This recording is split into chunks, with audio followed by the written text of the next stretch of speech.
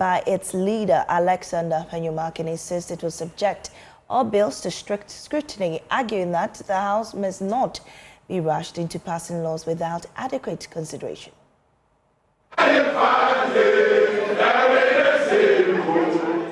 The minority's latest engagement to account for their stewardship in holding the John Mahama government to check in the last year featured their verdict on key issues both in and out of Parliament. They first took on the Gold Board and the Bank of Ghana, describing the $240 million loss in the Gold for Reserve program in 2025 as a financial loss to the state. Let me remind the Central Bank that His Lordship, Justice Afre of blessed memory, in the Salome case, laid down the ground rules, especially the true definition of causing financial loss. The Central Bank must not forget this. What is happening amount to a financial loss to the state. We also want to say that we filed a motion in Parliament. We have become aware that the Speaker has admitted the motion, which would allow for broader engagement and consultation on this matter. We urge the various stakeholders in this Gold for Oil Reserve to open up, to hear our views, so that together we can move this country forward. On their work in Parliament, the minority maintained that the majority's position against the anti-gay matters and the push for the anti-LGBTQI bill in 2024 was deceitful, as they failed to push the bill through 1 year after assuming power. We hold the view that the NDC used the anti-LGBT law only for power. And now that they are facing the reality, they want to find a way of running away from it. We will insist that they act by their own principle. The minority leader warned that his side will not tolerate any more move to rush other bills through the House under certificate of urgency. A rubber stamp parliament where everything comes under certificate of urgency. Yes. They should be ready to beat us in the chamber. We will resist with all the energy in us. No more certificate of urgency. They also boycott a scheduled meeting between Chief Justice Paul Bafo-Boni and Parliament leadership. This is their reason. Is he on a thank you tour?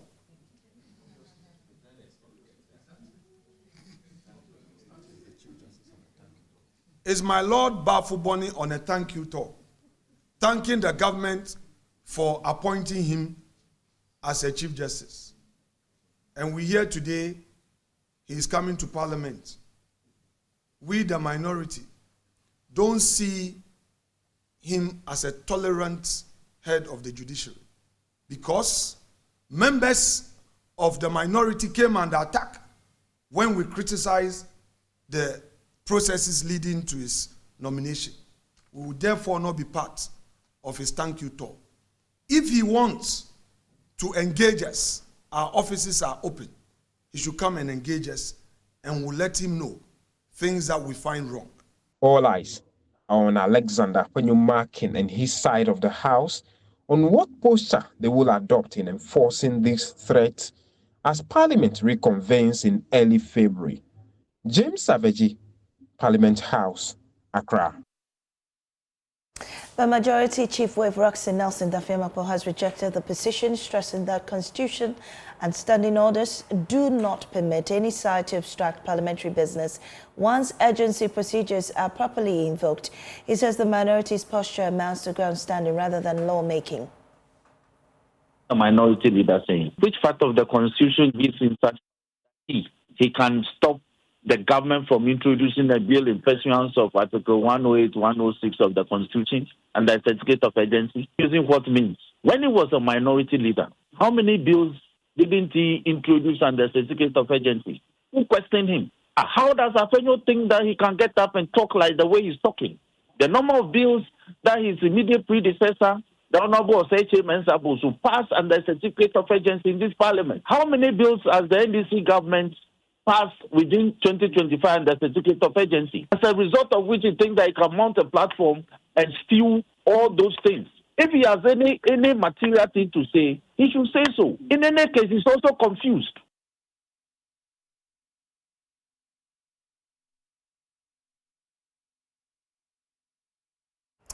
Well, let's head back to the studio now, do some more politics. And with me is Dr. Dixon Adumako-Kisi. He speaks for Dr. Brian Champon. On Saturday, delegates of the opposition New Patriotic Party will elect a flag bearer to lead the party into the 2028 elections. Dr. Brian Champon is one of the contestants, and his spokesperson, Dr. Kisi, joins us this morning. We're grateful to have you in studio with us once again. Now, Dr. Brian Champon has been around the country. So far, with days to go, how's it been?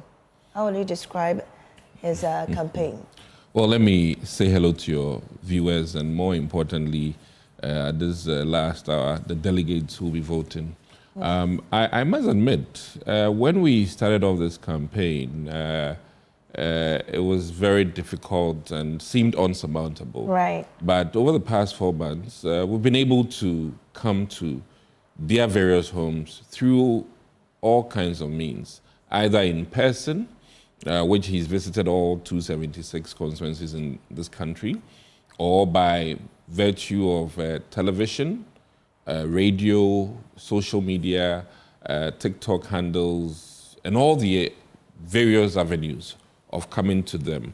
And one of the key messages that we've been pushing is the fact that a dual carriage road is better than a one lane. And what I mean by that is that the likes of Kennedy, if he should come, is one lane. The likes of Vice President, if he should come, is one lane. But if we have the two in one combo, which is Dr. Brian Champon, who embodies the two candidatures, their as it is, claim to fame, either business prowess, either political experience, or as it is, the boldness in Kennedy, then we think that Dr. Brian Champon stands as an embodiment of the two. Now, in one very key thing, we also feel that the followers of the two individuals, who are the titans, I should say, are not ready to work with the other half, should one win. And I think that for the MPP, which is with a 2 million deficit in votes, to win general election in this country, you need the two sides to gel. If not, it's going to be very difficult for us to make up the deficit which we are now with in terms of 4 million compared to 6 million where we were at in 2020. So it's a very huge task. And may I also add that many have asked why he's joined the race. And let me say that categorically that from Idubuahe's time, every flag bearer brought home more votes than the predecessor. This is the only time in our history, in the MPP, where a flag bearer goes to battle and comes home with far less votes than his predecessor. And I say this in the sense that in 2016, Nana Addo Dankwa Akufo-Addo came in with a gap of 1 million and was around 6 million. And then in 2020, he managed to stay there, even though the voting population had increased. And then come 2024, for various reasons, including governance and candidature, we rather dived down to 4 million. So as it stands, just borrowing from the fact that Mahama used 8 years to close the 1 million gap, this 2 million gap, invariably, should we present the same candidate, will take us 16 years. Well, talking about numbers, the polls have consistently put Dr. Brian Champon trailing behind Dr. Bawumia and Kennedy Japan, around 3 to 5%, as against 40%, 50%, 51%. And do you think the polls are wrong, or that there's a real challenge with the Brian Champon team? Well, polls are very important, admittedly. However, I think that it has not been a true reflection of our delegates. And you know, polling the general population is one thing. Polling delegates who are very sophisticated is another thing. And I say this with the greatest of respect. I think that the average MPP delegate is more sophisticated than your street person doing politics. You know, they know how to, as it is, talk to interviewees. They've interviewed so many times that if you're not careful, they will lure you in the wrong path. They do it to even us who are, as it is, either candidates or people campaigning to them, to the extent that if you're not careful, your line of questioning will give you, you know, as they say, garbage in, garbage out. Your line of question might lead you to think in a certain way when they decide to give you. And I must also admit that, you know, delegates are very tricky, especially nearing the end. And these last 3 days might be the best time to actually do the poll and to reflect on it. And if you poll now, I think by virtue of some of the happenstance, in fact, the fact that some have left the vice president's you know, arena to either campaign themselves or to, as it is, campaign for a different candidate. Really? Oh, I mean, I can even cite the likes of former Common Fund Administrator, you know, Natoshi, who was a very powerful supporter in Greater Accra for vice president. So some of these blocks that have left leave not just with their family, they leave with quite a good number. And I think that one of the key things from the poll, which I look at carefully, is the fact that many have moved from one place into an undecided pool. And I think that this election will largely be decided on by those who claim they are undecided. But with the example you just gave, she's not moved to the Brian camp, has she? No. So the question I want to ask is, what specific thing can you point to that the Brian camp is actually, you know, building momentum to win this contest? One very interesting thing, which I should add, we are the only, you know, team that has toured the entire country and revisited some portions of the country. You know, Dr. Brady Champon felt that he had left Greater Accra for a long time as he toured the rest of the country. So he came back to Greater Accra and retoured Greater Accra. He went back to the Eastern region and retoured the Eastern region, and he's gone back to Ashanti. So if you look at even all the three leading contenders, as it stands now, he's the only one that has revisited the same region and done the whole region. And that is not reflective in the current poll, because these polls were done before his second engagement in the various constituencies. So I think that in all of this too, one thing is key. Dr. Brian Champon has really excited the base of this party more so than any of the other candidates. The new energy he brought into this election and the dynamics that he's brought into it has added more excitement to the base. And I feel strongly that either way, considering where we were and now to be even considered one of the three leading, I think that is quite an achievable, you know, monumental, successful thing for our campaign.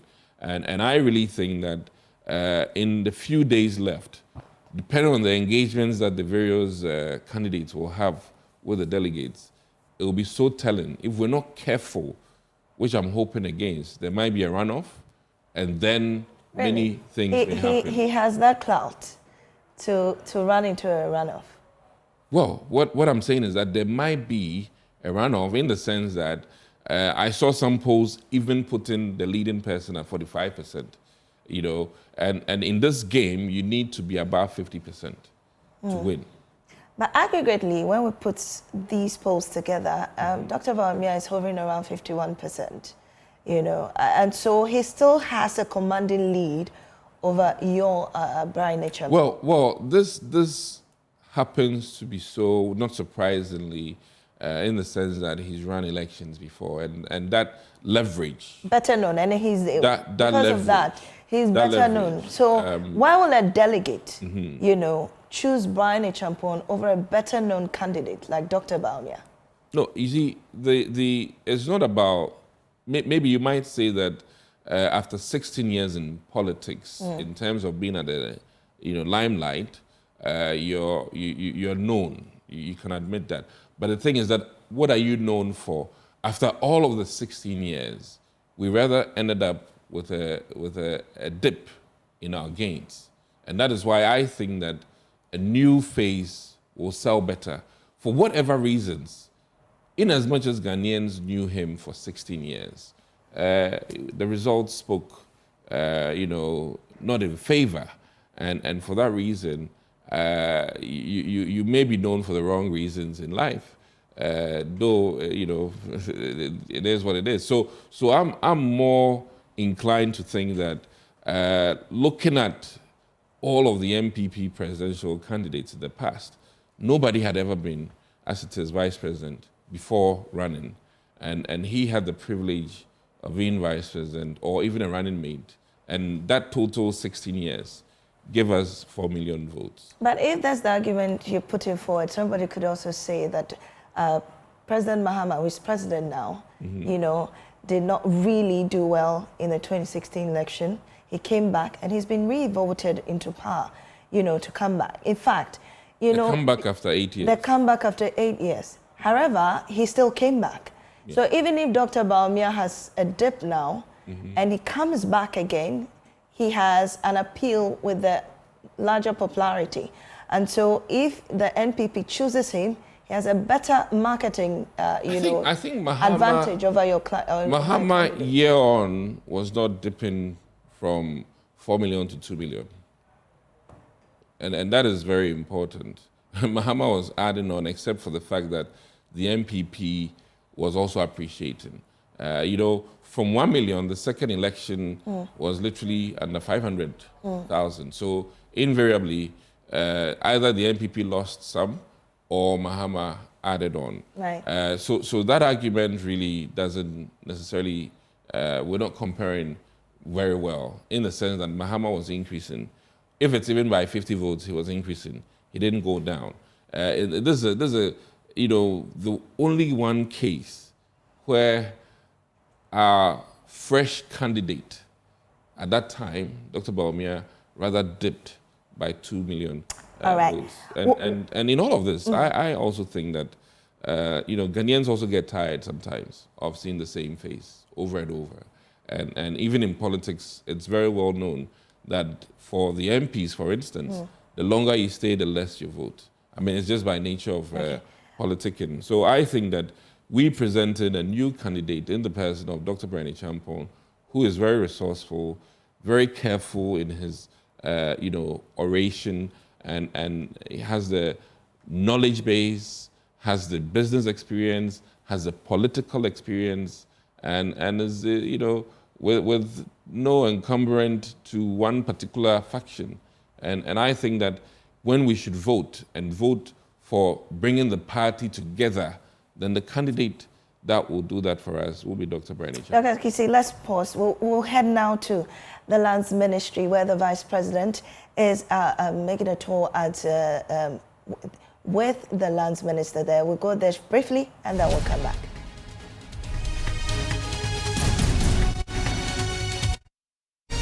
Environment. We also working with the Forestry Commission. One of the things we met when we came was that the Forestry Commission's law enforcement, forestry guards were completely on their knees.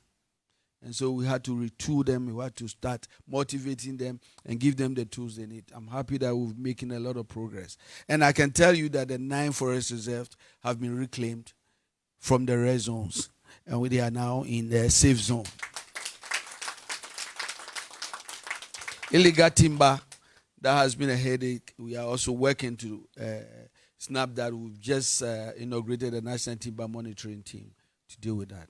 We are also focusing on ecotourism development and promotion, and we are working in walkways, eco-lazing, and bird watching centers. We are also working in other forest areas like the Shahiri resource and the Kakum and the Mole National Park to increase investment to promote ecotourism. We think that we should get to that point where Ghanaians are excited about traveling our country, visiting these forest reserves. There's huge potential there. So we are working with the Forestry Commission. We are also working on climate change mitigation and adoption, and the world is noticing. I've participated in major conferences last year. I was in Egypt recently on an environmental conference by the UN, and we basically laid out Ghana's view on how we are working on the climate change mitigation measure and sustainability. And the world is hearing it. This year we are getting 20 million on emission reduction payment. And then we are also again going to sign a 30 million US dollar support on climate initiative this year. What it means is that the world is taking notice of the effort we are making. I'm now going to the land subsector. And I think it's also another area. The nightmare. I gave the story that my own house that I lived in for 6 years, I didn't have title. The day it was announced that I was nominated as lands minister, I got a message that my documents, they are working on it fast for me. And it's true story. It's true story. Frankly, it is clear that the systems, land administration, providing basic services for the people of Ghana must change. And so we began that journey first to look at what is really the problem at the Lands Commission. What has been the challenge at the Lands Commission? And these are the challenges that were described. And so we began the process of reviewing. One of the things we all heard about was that public lands that government had taken for specific purposes that now belong to government, some of them for agricultural purposes, some of them for different purposes were not used, now becomes government property. And somehow the people who have been given the charge to protect these lands were somehow abusing it. And so His Excellency the President vowed to make sure that we get it right. And I'm happy to tell you that we constituted a team led by my able deputy, and we got cabinet approval to address that in the long term. That it will, by the time we finish, no government official will even cross their mind to take public land. Because we'll publish your name in every newspaper. By the way, the cabinet has approved our recommendation that all public lands that had been sold are going under review to make sure there's value for money. And process audit was done. Those that didn't finish the process are automatically cancelled. And so we are going on to make sure that we implement to the letter the cabinet recommendation to give confidence to the people of Ghana that we are going to protect public lands. We are also working on other series of other recommendations. But one of the exciting good news is that, the Lands Commission has always been struggling with how to digitalize records. You have heard the stories of files missing here. There are very many times that I wanted to get my documents. Sometimes you go there, they say the person who has the document is on a pregnancy leave or something. It has to be digitalized, everything. This year, we are able to make a case, and the government and the president has been strongly in support. The retention of 70% is now given back to the Lands Commission. We are dedicating that to focus in the next 2 years to digitalize all Land Commission steps and services to make sure that you can sit in the comfort of your home and get all the services you need at the Lands Commission. We are also working on land banks. If we are saying that we want investment in agriculture, how do we secure those lands for palm production and for huge cocoa production? We are taking that steps to make sure that when we bring investors, they don't have headaches of where to get the land for palm production. And we are working with the Ministry of Finance and Ministry of Agri on that as well. I'm also very happy to tell you that just last year, we made sure that we take a step to decentralize the service of the Lands Commission. We opened 36 offices. This year, our target is that 110 metropolitan and district assemblies will have Land Commission offices at their doorsteps. There's no reason why land administrative services, people should travel far and near to the regional capitals. We are pushing to make sure we decentralize land administration services across the country. We are also working to basically address some of the policies that are old. The National Land Policy, for example, has been in place since 1990. We are working to change that completely. We've initiated a legislative instrument also to operationalize the Land Act, which is very, very critical. In fact, you will see that that Land Act is very critical in the sense that customary land administration and traditional authorities are the key problems when it comes to land. Now, the law says that we should get them to demarcate all their boundaries across the country. How do we get that done? And so we are working with the Lands Commission, especially with the Office of the Stool Land Administrator, to ensure that that is done. And if you look at what the Stool Land Administrator is doing, opening offices and setting up customary land secretariats, so that, for example, when a particular traditional authority has land, or when a family has land, they won't say that, oh, my grandfather threw the boundary here, so it's here. No, it is documented, it is all demarcated, and it's legally recognized. And those are the efforts we are making with the customary land administration to address all of that. We are also maintaining the integrity of Ghana's land and maritime boundary with the Ghana Boundary Commission.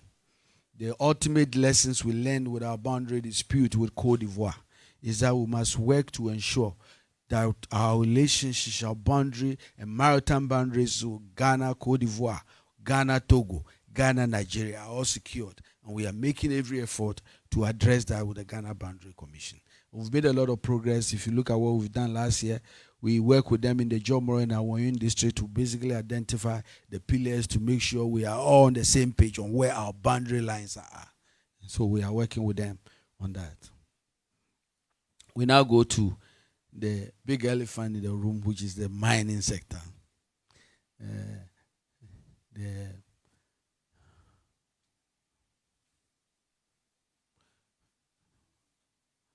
Excellency, we have 3 water systems in Ghana. The Volta Basin, the Southwestern, and the Coastal Basins. The Southwestern Basin is the most impacted. This is where we have the Ankobra, the Pra, the Tano, and the Bear. What you are looking at is the polluted rivers along the Southwestern Basins. And this is what we inherited. Farm machines are taking over all these rivers that basically provide life. Exactly what steps are we going to take to turn these brown rivers into blue?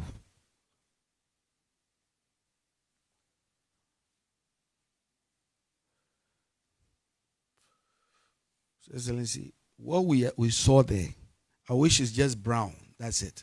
But it's worse than that. The turbidity levels of water in Ghana that we drink must be between 0 to 500. We came and the numbers are that the turbidity levels were between 5,000 and 12,000 NTUs, making it impossible to treat these water bodies. Major treatment plants are being shut down because it was just simply impossible to treat this water. And what is worse was that there were traces of metals. Some of these were their health implications, their impact on agriculture, on our cocoa farms. Not being counted. These are pictorial views of some of the challenges, giving birth to babies with deformities because of the challenges we face, our cocoa farms and the impact we are having and the risk that poses. And yet law enforcement was also weak.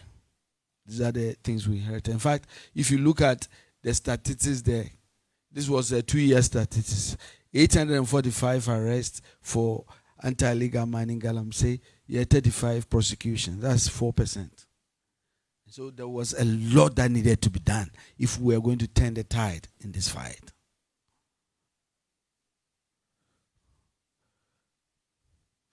These are the root causes of galamsey. People are simply not even aware of what the dangers they are putting everybody in. Weak enforcement of mining regulations. And it's a fact. Part of the problem was also the institutions of state that were responsible for making sure these regulations are in place. Issues of unemployment and other corruption, they were all part of the problem, and it compounded the issue of Galamsey. And so our task was very clear. How do we change the story? That is how we began. We decided to take bold 5-pronged approach to tackling this fight against illegal mining. And these are the 5 pillars that we've taken: stakeholder engagement, regulatory reform, strengthening law enforcement, reclamation programs, and providing alternatives. We began with the stakeholder engagement. And the basic notion of this pillar is that we believe that this fight, in the final analysis, is about the heart and mind of every Ghanaian. How do we all sit and understand that we are killing ourselves if we destroy our forests and destroy our water bodies? And we visited, in the last 1 year, all stakeholders, Parliament. I'm happy that you joined us in some of this engagement as well. I want to thank you so much. And the message was very clear. We are all in this together. We must rise up with our voices and our actions to stop this scourge of illegal mining that is killing us and turn our forests green and turn our waters blue. We continue with stakeholder engagement. This is a picture with parliamentary groups and different stakeholders: civil society, chamber of mines, academia, clergy. We've met all in the spirit of the message that we've given. And I think that message is getting down well. We actively, and this is, and then we also embarked on what we call the regulatory reform. I have never shied away with the institutions that are responsible. I told the EPA, I told the Minerals Commission, they are part of the problem. And so we began to basically look at even the licenses, how licenses are issued. I'm happy that we've been able to look at the review of our licenses. As we speak, small-scale licenses, over 255 or so, has been revoked. We continue to review the processes, and those who have not followed the right channels, we give them the opportunity to correct the processes and make sure that the Minerals Commission has the capacity and the systems to be the regulator, the policeman in the sector. We recently just finished another review of large-scale mining companies, and we continue to revoke those we think are wrong. And we have also done something with the policies. As we speak, we have finished with the policy review and the mining policy review, which was being in place since 2014. I'm happy to say that that policy review regulation is coming to cabinet. We have also finished a complete overhaul of the Mining Act, Act 703. And there are key provisions that are going to change the paradigm shift on how we mine. For example, we have introduced what we call district mining committees, because we believe that before people in Accra at the Minerals Commission and EPA give licenses, that authority must start from the district, from the traditional authorities, from the local places where the mining is going to take place. So the district mining committees will make recommendations, and those people who want to mine will not go to the place first time they get a license in Accra. That's the first time they are visiting Elembele. No, you have to be there, meet the stakeholders, get the recommendation, tell us that where you are coming to mine is not close to water body or forest reserve. And when that recommendation comes to the Minerals Commission, that's when a license can be issued. We are changing that completely. We have also introduced new programs on large scale. There's only small scale and large scale. We are now going to introduce what we call the medium scale licensing to basically broaden the scope and give people the capacity to do the right things. We have completely revoked LI 2462. And that's a message that this government is sending to the people of Ghana, that we mean everything we've said. There will be no mining in forest reserves. There will be no mining in water bodies. And that we are all going to fight to keep our waters blue and our forests green. We are also working to strengthen law enforcement. One of the things we've done is to make sure that all the different law enforcement who are all fighting Galamsey are all properly coordinated. So we've set up what we call the NIMOS, National Anti-Illegal Mining Secretariat, and there's a lot of progress we've made with NIMOS. And this is a long list of activities. And this is the good news. For example, in the last few weeks, we handed over 1,300 water pumps that we've seized to the Ministry of Agriculture for farmers. We continue to keep a lot of these things to put in the right places. As we speak, the Forestry Commission has is in possession. That is excavators, and I'm talking only the Forestry Commission. Over 120, 150 excavator that has gone through the court. The process is that it's not enough to seize this. You have to go through the legal process to actually own it. And that is something that we've completed. We are now working to make sure we give it to the right agencies to make sure it's beneficial. We have also, as you will see, introduced a new program that was never in place, which was basically, Excellency, before we came to this ministry, it was free for all for everybody to bring every excavator to Ghana. I mean, what was worse was that the DVLA were not even registering any heavy equipment. Can you believe this? I mean, all these machines, the DVLA didn't have them in their system. But I'm happy, working closely with the Ministry of Transport, Finance, Custom Division, we are now collaborating. Today, I can tell you that 1,800 earth-moving mining equipment just in the last 6 months that we started this program have been registered with 1,033 tracking. So we have a tracking system now at the Tema Port. First of all, before you import every heavy equipment, you need to be permitted. And once it lands, we track it. If you tell us you want to take the excavator to Obuasi, we'll put a tracker, and the tracker can only take you to Obuasi. You can't, if you pass anywhere, it will blow off. And then we'll geofence it. We have the tracking room with the Minerals Commission where 1,033 excavators and machines are now being tracked 24 hours a day. So we know their movement.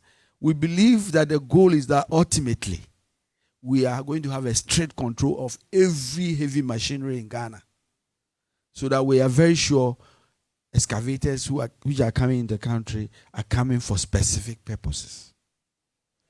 And we are making a lot of progress with that.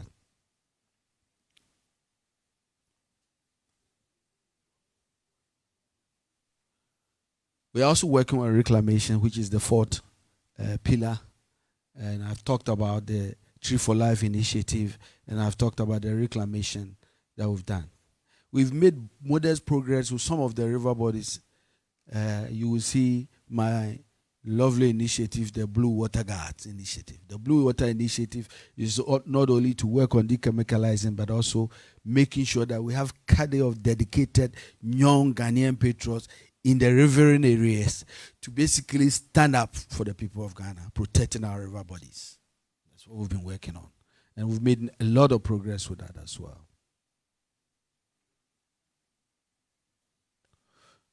It's my favorite Blue Water Guard. In the first 1 year, we've recruited 1,600 of them. And in about 7 regions, we will continue the effort this year. And they are making a difference. We have to continue to build that capacity for our young people. And these are new initiatives we've brought just in 1 year. And the argument here is that we have to have people in those river areas not only to educate, but also to be able to coordinate as intelligence officers, to alarm the NIMOS and the security agencies what is going on there in their neighborhoods. We have also introduced the alternative. This is a very important program, and every time I talk about concept, I talk about the ARCOMDEP. This is the program that was launched in Obuasi that resulted in that sad tragedy. And we believe that it is the reason why we can't afford to fail. We have to succeed in this fight to make sure that we can mine sustainably and responsibly. And the whole idea is that this government is not against mining. As a matter of fact, mining is the bedrock, is the heartbeat of this country. But the argument is that we must mine responsibly and sustainably. And the argument is that it is possible to do so. And we are saying that how do we organize people in groups, train them better, give them all the tools they need to mine. Now, you can't send gold to places where they don't know the sources. So traceability has become a big program. And we think that working with the Gold Board and others, this cooperative mining program is the key to changing how we mine in Ghana. And we believe that this program is really taking off. And we've already launched some of them. This year is going to be the year of COMSDEP. We believe that we are going to do a lot of cooperative and to change completely the story on illegal mining. I think that we talked about the forestry subsector. So these are the focus of what we want to do in 2016. We'll continue our focus on the Tree for Life initiative and then continue to create additional 1,000 jobs. I didn't even talk about the 2,000 jobs we create with the Forestry Commission with the Forest Youth Champions. We'll complete stakeholder engagements on the legislation and focus on the flood program as well. On the land, digitalization is a big deal this year. How do we change land administration and make sure land services are at the doorsteps of the people of Ghana? We are working to secure additional district offices to make sure land services are at the doorstep of the people in various districts across the country. We are focusing on building new regional offices as well. And then we are also working on the regional office in Accra. I've talked about what we are going to do to change the Land Act in the mining subsector. We want to operationalize the Mining Act. As I've said, we are completely overhauling it, and it's on its way to Cabinet and to Parliament to change those laws with the new things we've brought. COMSDEP will take center stage to make sure we can open cooperative mining. You see, I will be mentioning VACO because I just received VACO. It was not under our sector for some time, but now it's with me. So VACO is now with the Ministry of Lands and Natural Resources. So we are working with them to make sure we have a strategic program to basically transform VACO. VACO is a quiet lion that can change our country. And we are doing some great things, but I like to see it when it happens and then talk about it. But we have big plans for the revival of VACO. We are also working with the Ghana Geological Survey Authority. It is a big agency. And if you want to know why are people mining everywhere, digging everywhere like there's no tomorrow, because they don't know where the gold is. And so if only they know where the gold is, they probably will go straight. So the Ghana Geological Survey is now working. We are working with them to try to identify the mineralized areas. So we can organize the cooperative groups that this is where the gold will stop digging in the water and everywhere. So once we can organize them, so we are working closely with the Ghana Geological Survey, make them active to identify mineralized areas. We are also working with the Attorney General's office on arrest and prosecutions to keep track. We do not want to see the statistics that I showed you. And I think we are making some big progress on those right. In the long term, this is our plan. Ghanaians are to be the forefront of the mining industry.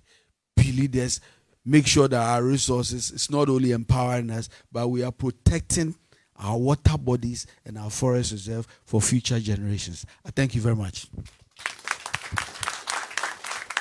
All right.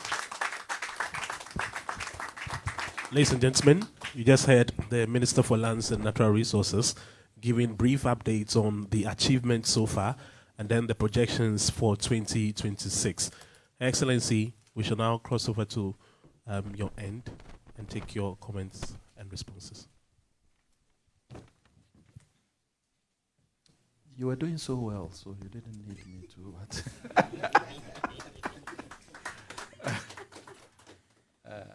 Safe to say that no one or no thing living works in Ghana that doesn't affect your ministry, because you are Lance. So we are grateful for this presentation and first-hand information about the challenges, but more importantly, the steps you have actually taken to begin to rectify those challenges. So we are grateful. At this juncture, without much ado, I shall invite, with your humble permission, the Vice President of the Republic of Ghana to address us. Thank you. Thank you very much, colleagues and friends. Is it okay to address everyone as colleagues and friends? Oh, the yes is rather low. Yeah, now I see that we're all colleagues and friends. Good morning, and thank you for accepting us. We are very happy to be here. And Mr. Minister and your team, thank you so much for this good story. It can only get better. I'm very happy. I've learned a lot, and I'd like to hope that so have many of you. Even those who put the story together, hopefully have also learned something else. Or maybe that's not the case. That's the case. That's good. So we are here, as the Chief of Staff has explained, so that we are all aligned. We are all on the same page. Maybe we are different lines of the page, but we are on the page anyway. You are at the Ministry of Lands and Natural Resources. As the Chief has said, whether you are flying or swimming, you are part of the land. So whatever it is, we are in your hands. You affect life in very, very direct ways. And therefore, you deserve all the support you need to ensure that the good things we know we are capable of doing will get even better. You are also in charge of the environment as a result. So your portfolio is very big, but we have no doubt that you are up to the task.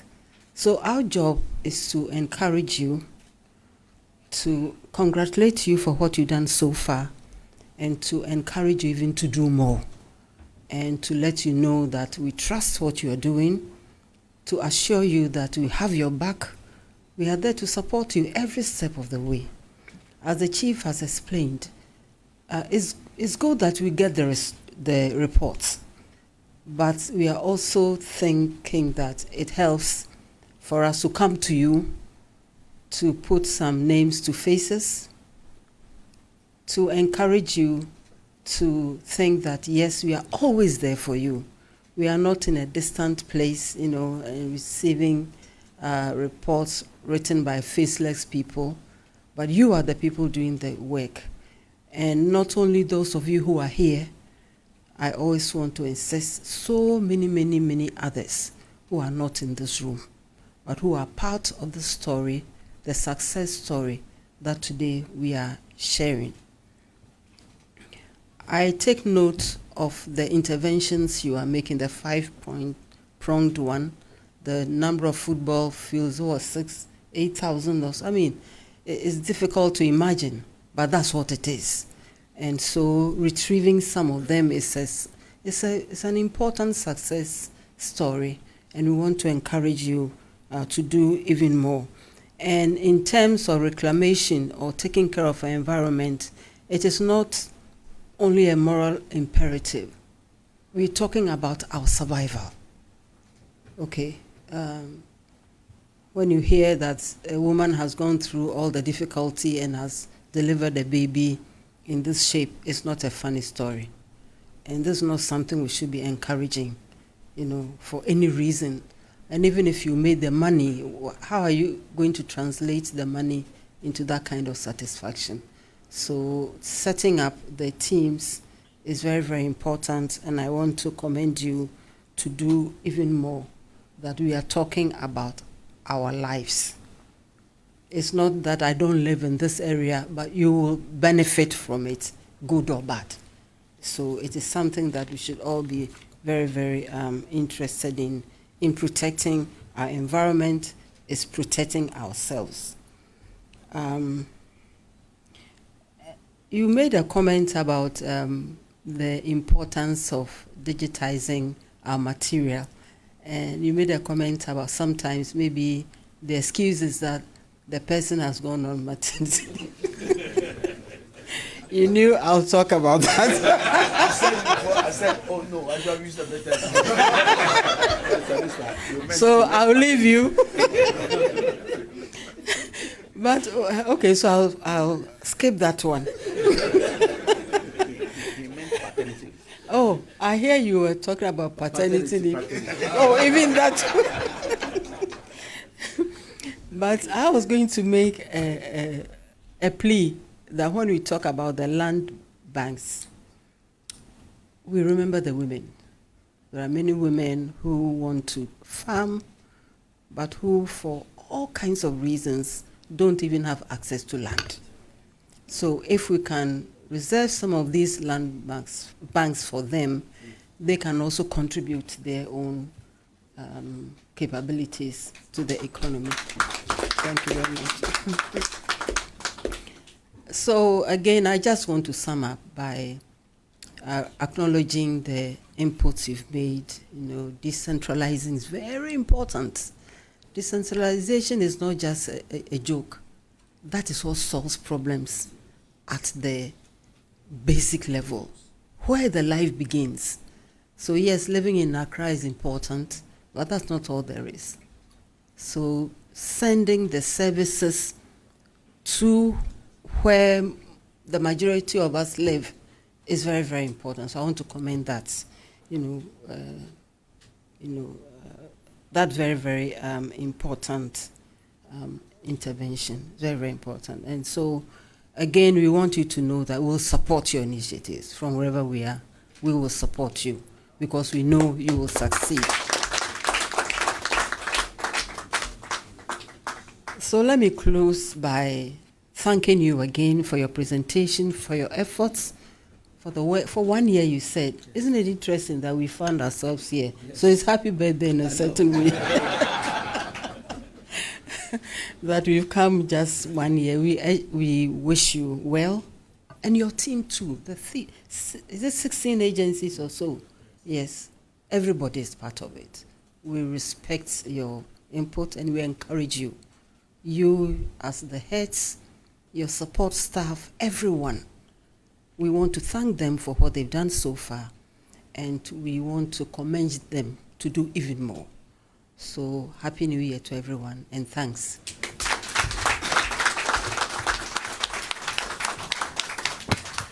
Thank you very much, Her Excellency. We are equally grateful, but to convey our gratitude, we shall listen now to the Deputy Minister for Lands and Natural Resources, who will give us the vote of thanks.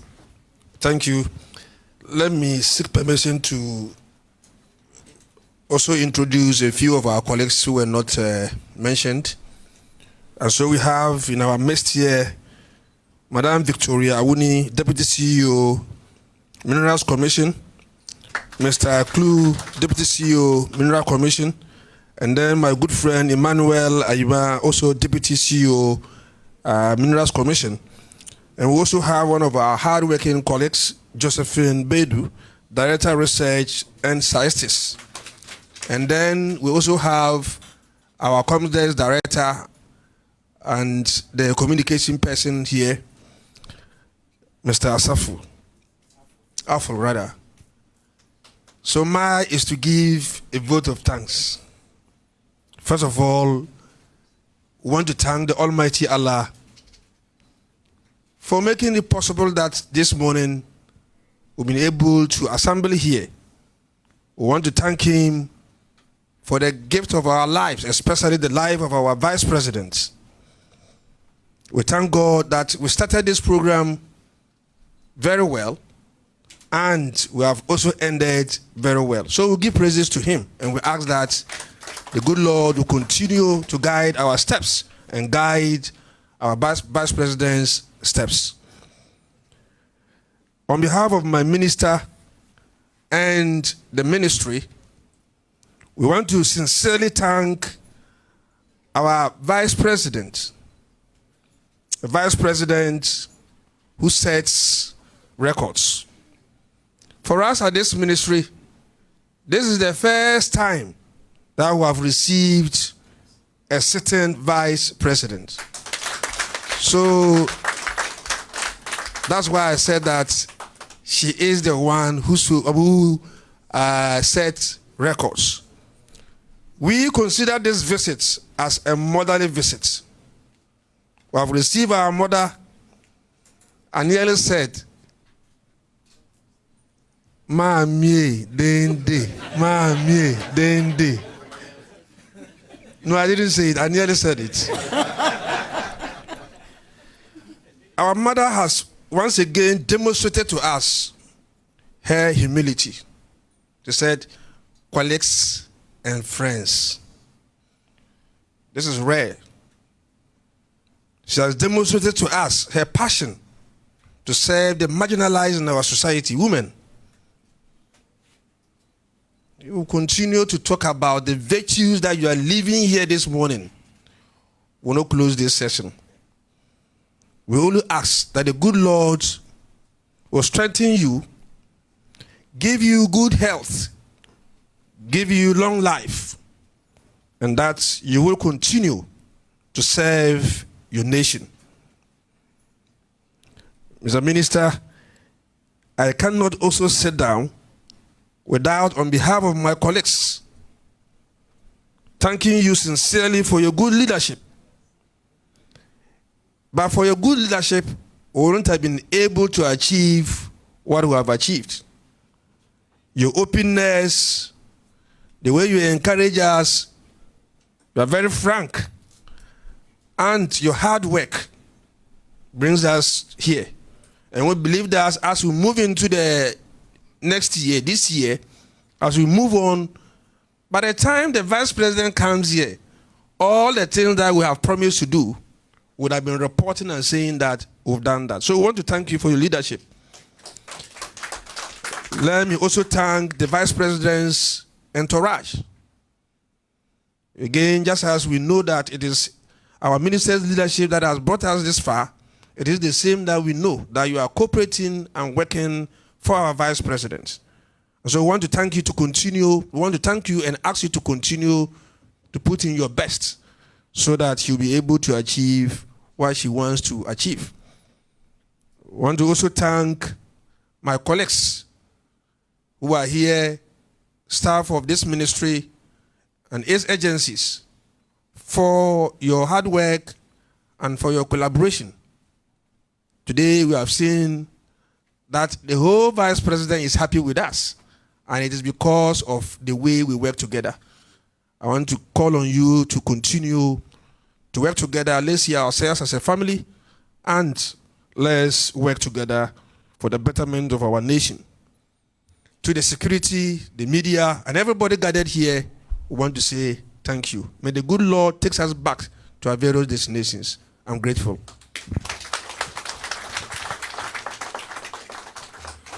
All right, ladies and gentlemen, colleagues and friends, all too soon we have come to the end of this all-important session. We will now take the closing prayer. Dr. Alhaji Sirat Tanko is the financial controller. Okay. Will do us that honor. Thank you. Can we be in a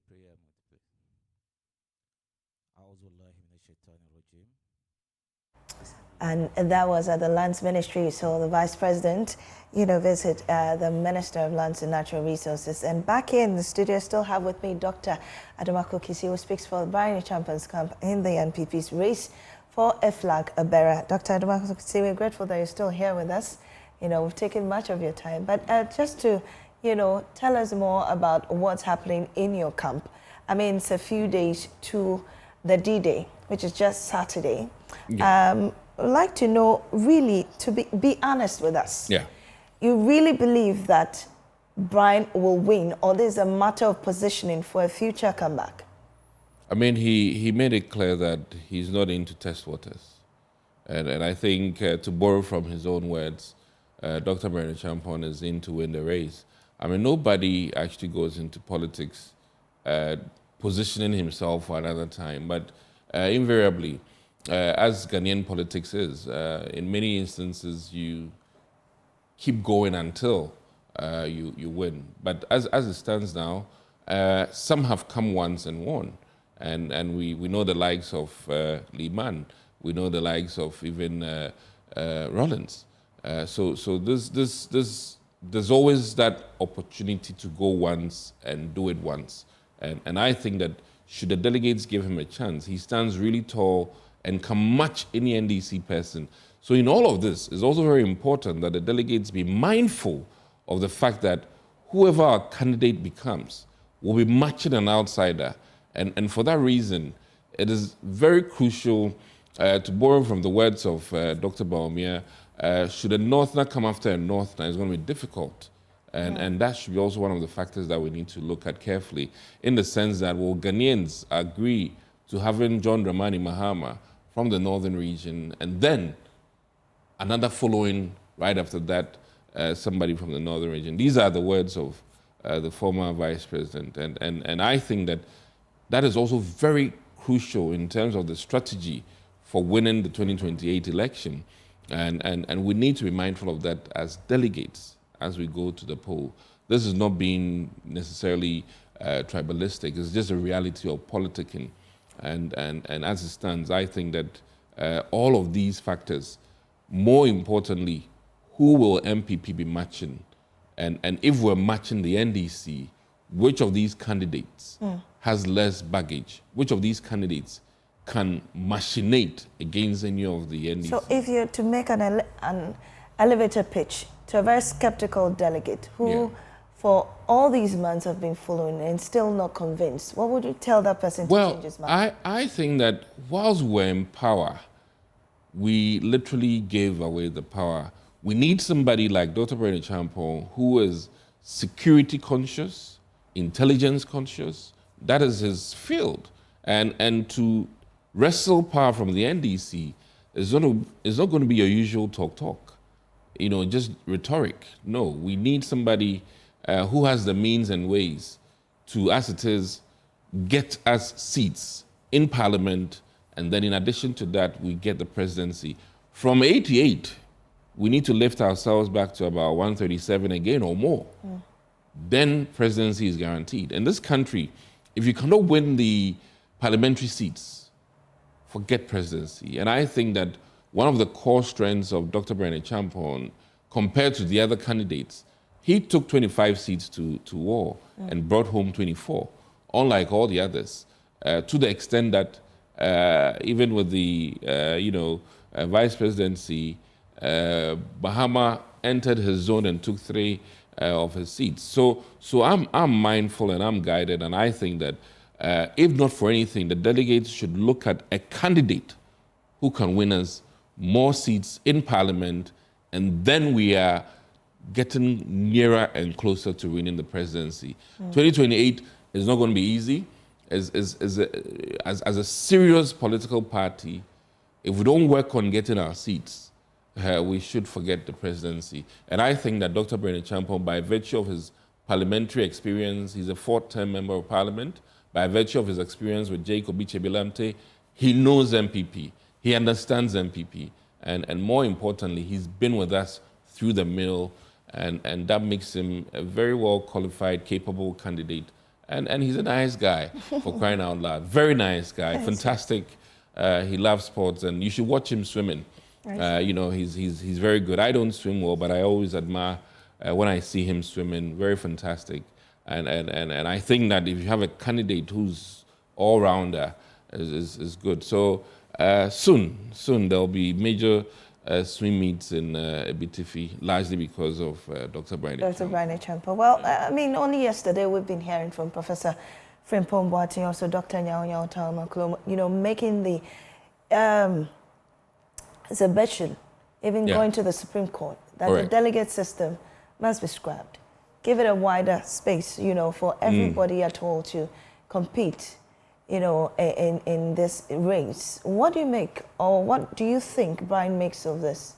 So largely, I am of the school of thought that our vetting process for those who should even stand should be very carefully looked at, more so than even those who would vote.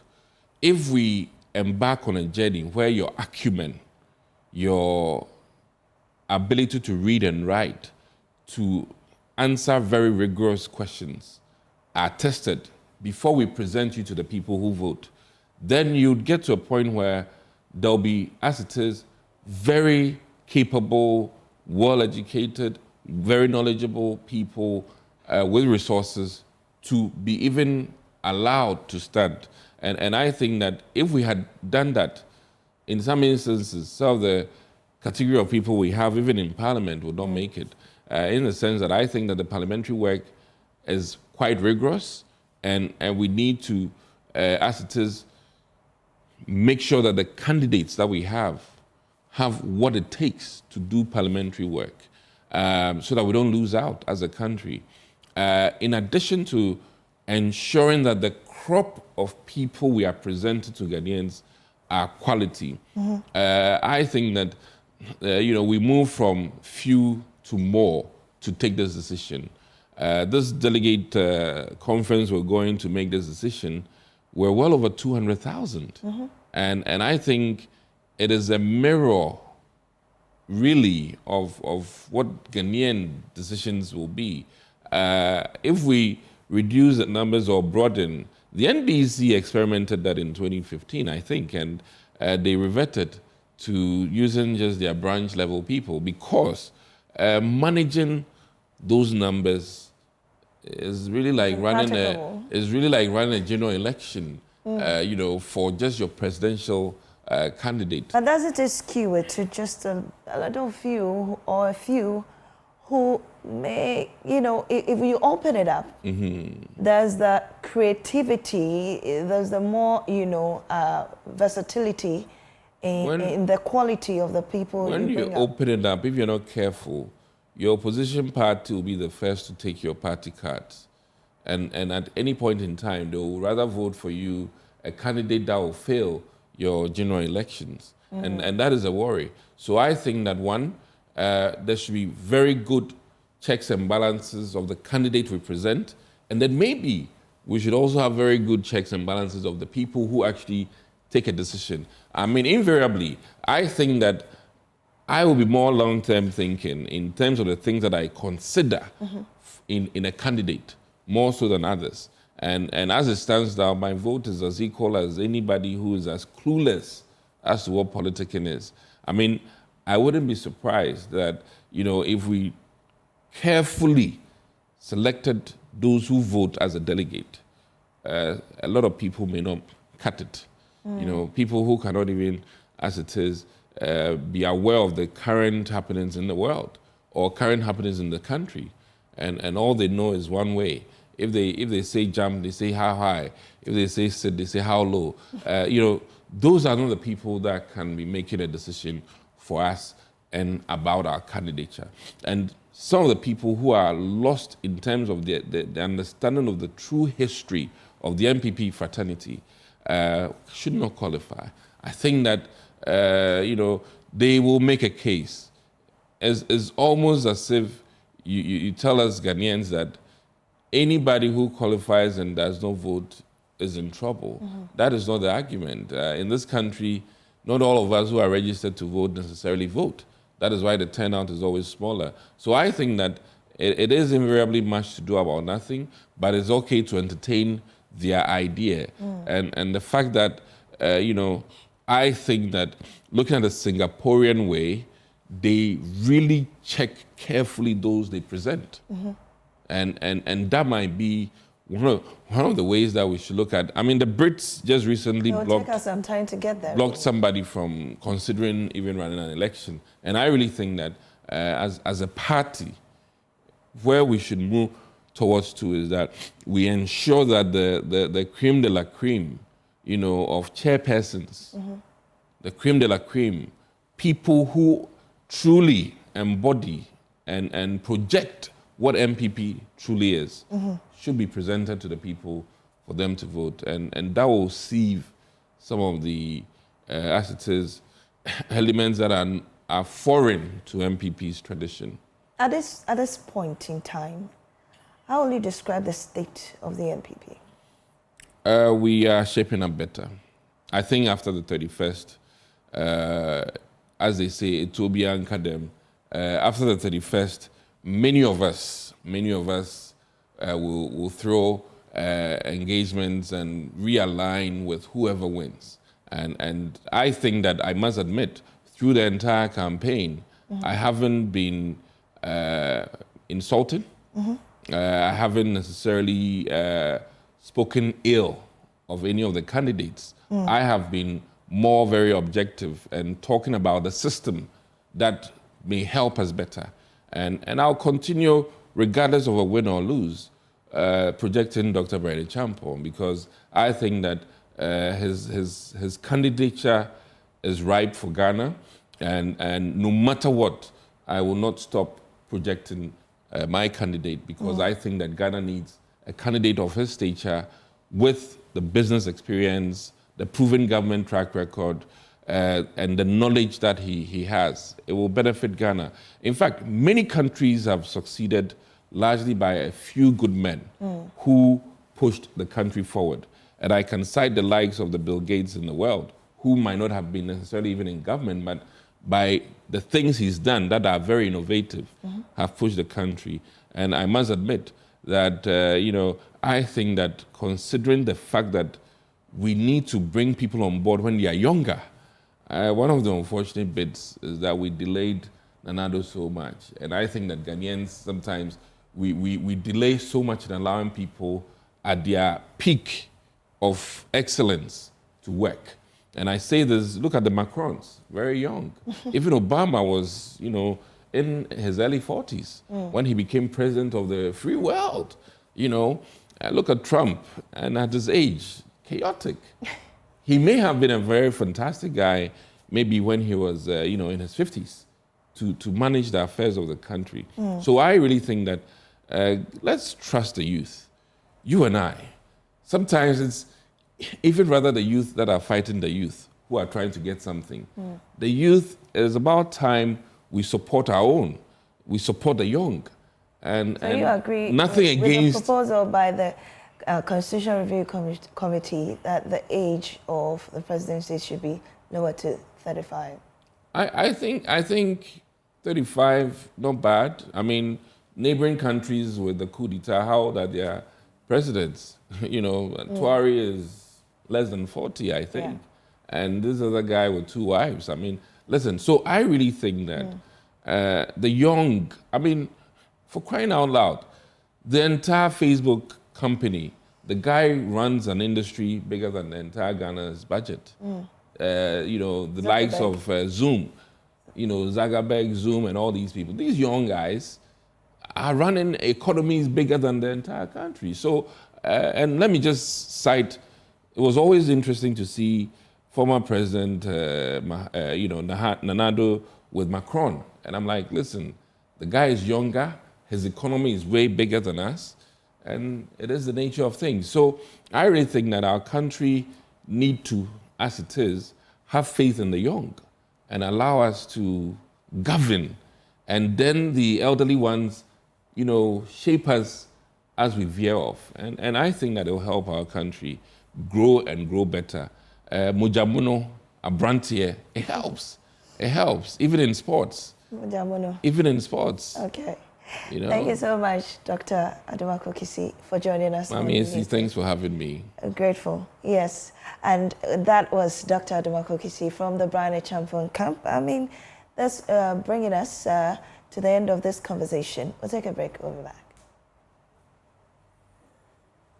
Huh. 11:20.